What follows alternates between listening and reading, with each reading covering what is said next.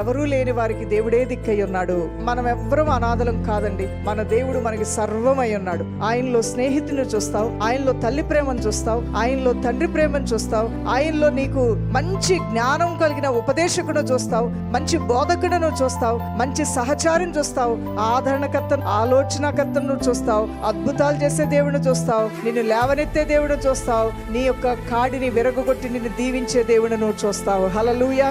ఇన్ని విధాలుగా నీకు తోడయ్యుండి నడిపిస్తానన్న ఆ దేవుని యొక్క ప్రేమ నీకు తోడైంది. యవన కాలంలో భర్తను కోల్పోయారేమో, హఠాత్తు మరణాల వలన ఇంట్లో రక్త సంబంధాలు ఎవరైనా కోల్పోయి దుఃఖంలో ఉన్నావేమో, అమ్మా నీకు దుఃఖ నివారణ కలుగును గాక. అయా దేవుని నామంలో నీకు దుఃఖ నివారణ కలుగును గాక. ప్రభువైన దేవుడే నీకు ఆదరణ దయచేయును గాక. ఆయన నీ హృదయ గాయములు మాన్పును గాక.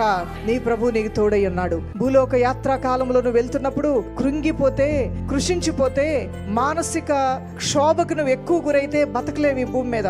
నువ్వు బతకాలి అంటే నువ్వు ధైర్యం ఉండాలి. బ్రతకాలి అంటే నీవు దేవుని సన్నిధిలో భయమును విడవాలి, దిగులను విడాలి, చింతను విడవాలి, ఐహిక విచారమును విడాలి. ఇవన్నీ విడవకుండా వీడితో బ్రతకాలంటే ప్రతిరోజు నీకు ఒక దినదిన గండంగా మారుతుంది. చచ్చిపోయిన వాళ్ళు ఒక రకంగా చచ్చిపోతే బతికుండా నువ్వు చచ్చిన వ్యక్తిలాగా జీవిస్తూ ఉంటావు. ఒక సామెత ఉంటుంది కదా, చితి శవాన్ని కాలుస్తే చింత మనిషి హృదయాన్ని కాలుస్తూ ఉంటుందంట.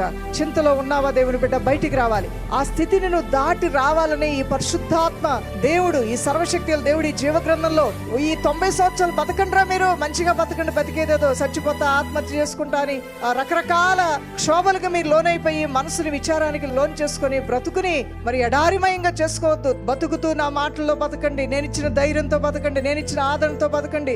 ఏదో కోల్పోయాను, ఏదో నష్టపోయాను, ఏదో పొందలేకపోయాను, అశాంతితో బతకండి, మనశ్శాంతి లేకుండా బ్రతకండి. ఏ రోజు కీడు ఆ రోజు చాలు. దేవుడు మీకు కావలసిన ఆహారాన్ని, వస్త్రాన్ని అన్నిటినీ సమృద్ధిగా దయచేస్తాడు. దేవుళ్ళు ఆనందిస్తూ ఆయన కృపలో సాగిపోండి అని చెప్తున్నాడు యేసయ్య. హల్లెలూయా.